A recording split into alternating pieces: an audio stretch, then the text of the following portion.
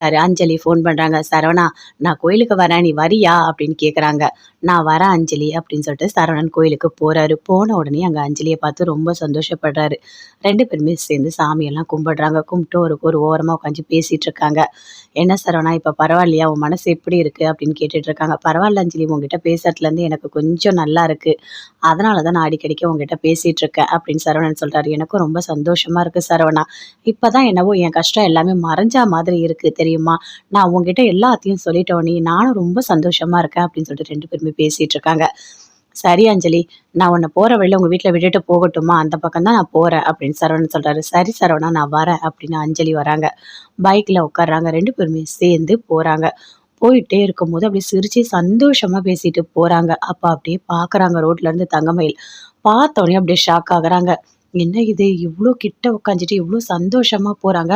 மாமா இவ்ளோ சந்தோஷமா கூட்டிட்டு போறாரு அப்படின்னு தங்கமயில் பயங்கரமா டென்ஷன் ஆகுறாங்க. அப்போ நாம நெனச்ச மாதிரி மாமா மனசுல இந்த பொண்ணு தான் இருக்கா? அப்போ 2 பேரும் சேர்ந்து கல்யாணம் பண்ணிட்டு வாழ போறாங்களா? நான் இல்லையா? என் வாழ்க்கையே முடிஞ்சிடுச்சா? அப்படின்னு சொல்லிட்டு தங்கமயில் பயங்கரமா அழறாங்க. தேம்பி தேம்பி அழறாங்க. அழுதுகிட்டே இருக்கும்போது மீனாக்கு ஃபோன் பண்றாங்க. மீனா அட்டெண்ட் பண்ணி பேசுறாங்க. "ஏன் எதுக்காகக்கா அழறீங்க? என்ன பிரச்சனை? எதுவா இருந்தாலும் என்கிட்ட சொல்லுங்க" அப்படின்னு மீனா கேட்குறாங்க. மீனா, "என்ன நடந்தது தெரியுமா மீனா?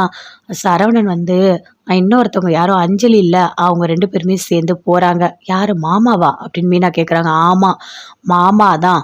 நான் மாமா மாமான்னு கூப்பிட்டு என்னால அத தாங்கிக்கவே முடியல தெரியுமா? 2 பேருமே சேர்ந்து பைக்ல சந்தோஷமா பேசிட்டு போறாங்க.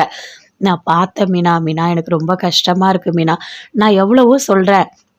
அவரு எனக்கு வேண்டாம் அப்படின்னு நான் நெனச்சா கூட என் மனசு அத கேட்கவே மாட்டுது. அவரையே தான் தேடுது. அவர இன்னொரு பொண்ணோட பார்க்கும்போது என்னால தாங்கவே முடியல. எனக்கு அழையா வருது. என்னால அழவே முடியல மீனா" அப்படின்னு தங்கமயில் சொல்றாங்க. அத கேட்டோனே மீனா சொல்றாங்க, "அக்கா, நான் எதுவா இருந்தாலும் பேசுறேன்க்கா. இருங்க கொஞ்சம் வெயிட் பண்ணுங்க" அப்படின்னு மீனா சொல்றாங்க. "இல்ல மீனா, நீ பேசவே பேசாத. நீ பேசி எந்த யூசுமே இல்ல. ஏன்னா, அவங்க 2 பேரும் அவ்ளோ நெருக்கமா பைக்ல உட்காந்துட்டு போறாங்கன்னா, கண்டிப்பா அவரு மனசுல அந்த அஞ்சலின்றவங்க இருக்காங்க. அதனால தான் அவரு அப்படி கூட்டிட்டு போறாரு. நீ விட்டுரு மீனா. அவங்க 2 பேரும் என்ன பண்றாங்களோ பண்ணட்டும். நான் எதுவுமே தலையிட போறதில்ல" அப்படின்னு ஃபோன கட் பண்ணிட்டு தங்கமயில் பயங்கரமா அழுதுட்டு வீட்டுக்கு போயிட்டுருக்காங்க.